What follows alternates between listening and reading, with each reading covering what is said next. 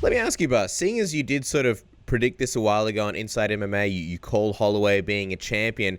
I know this fight isn't necessarily around the corner, but Holloway and McGregor have always had that sort of little back and forth. They've teased each other about the whiskey, Holloway with Jameson, McGregor with Proper 12. And people have always wondered, with so many improvements from both guys, what a rematch would look like these days. Who would you sort of lean towards, given Holloway's dominance at featherweight, now coming up to lightweight? Who do you think would sort of have the edge if they did fight again? Both are very, very, very accurate. Both are very good. We had McGregor like 2 weeks ago. He was training at my gym a couple of times. He came over, and I saw him. Oh, that's like, right. Yeah. Yeah, it was cool. And the hitting the back and the way he kicks and the way he does everything, he won't miss. Like back kicks to the back, he won't miss. I mean, he's got laser guided precision. That's really good. But Holloway, it's the same thing. Here we're going to see a fight if that happens. Even if Holloway had really great takedowns and a really good submission game, he might have, I don't know. But imagine that he would be extremely good on the ground. He's the kind of guy who's going to say, I'm not going to do that at all against McGregor. We're going to stand. I think we're going to see a boxing match with some kicks here and there between them, which is going to be super excited. We're going to see the reach advantage of McGregor if he can stay on the outside. If he can do that, because Holloway is a really great wave. Oh, dude, man! Now you say that, that's a badass fight. If you think about it, I don't know who would win that fight. I do know if it goes into the later rounds, it's probably going to go to Holloway because of the stamina with McGregor that he has in the past. But he knows that, and I know that he's been working hard on his stamina as well, because with the next fight, there's no way he can do that. But that has been a problem with him in the past with all the fights, and especially the ones that he lost. And look at the Mayweather fight.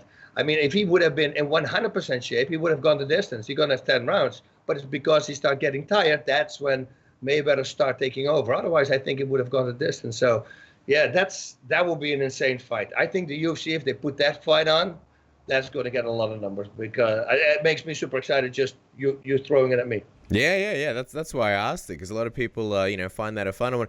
Yeah, when you mentioned that, it reminded me. I saw Conor McGregor put out like a long, I want to say it was on Instagram, put out a long post and sort of gave you a lot of credit, a lot of props, a lot of love your way. How did that come about that he ended up training at your gym? What was he doing there? Well, he was here for business, he said. He was staying in Malibu, and I'm in the Westlake Village, so that's literally a 15-minute drive to my gym. So he found somebody who also trains at my gym. And he said, well, I'm pretty sure he can train at Bas's gym. So my student called me, Zach, and he said, hey, McGregor's going to be here at 9 o'clock. Is it okay if I open for him? Because it was a Sunday and it's closed. I said, of course. I said, but, give me a call if he's there. I would love to come by and let him sign it, because we have this wall of fame, so to say. We have a picture of a fighter, and underneath is a glove, a signed glove. And I go, man, I would love to come, because I want to give him, I would let him sign a glove, so I can put it on the wall there, because that's a great name to have. And of course, my daughters, they were super excited. I got called.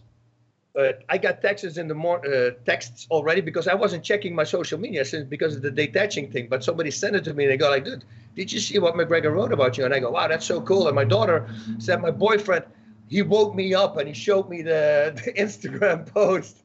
And then my other daughter, who was in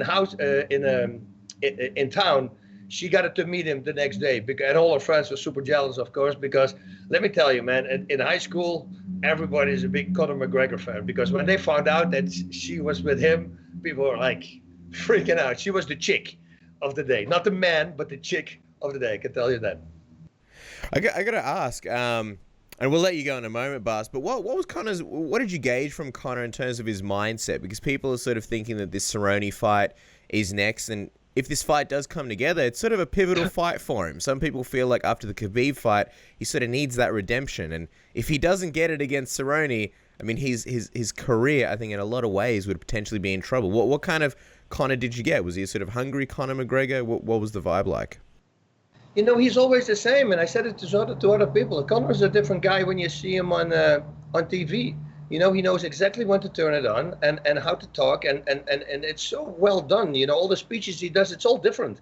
Like I'm very boring. I prepare something that I'm going to say, and I will say that in 20 interviews. He's constantly different with everything that he does. The fact that he's here for business and still works out every single day means that he's busy, and he knows what his fighting is. I don't know what he's going to choose. I didn't want to talk about that. I didn't want to be the guy who was going to watch him train and to be there. I just came there and say, hey, man, great to have you here.